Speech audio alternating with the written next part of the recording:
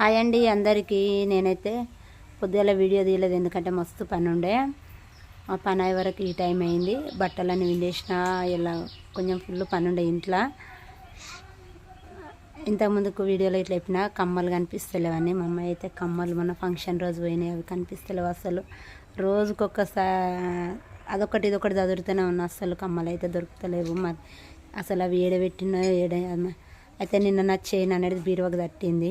అదైతే కొంచెం అదేనుండే మెడకంత, అందుకే తాడైతే వేసుకోలేదు. మళ్ళీ ఏమనుకోకుర్రి. అవైతే ఎంత దేలన్నా కానీ అసలు దొరుకుతలేవు. నిన్న దేలన్నా రోజు ఫంక్షన్ శనివారం నుంచి ఆయన నుంచి మొన్న ఆదివారం నుంచి కరెక్ట్ వారం దేలాడితేనే ఉన్నాయి. అవైతే దొరుకుతలేవు.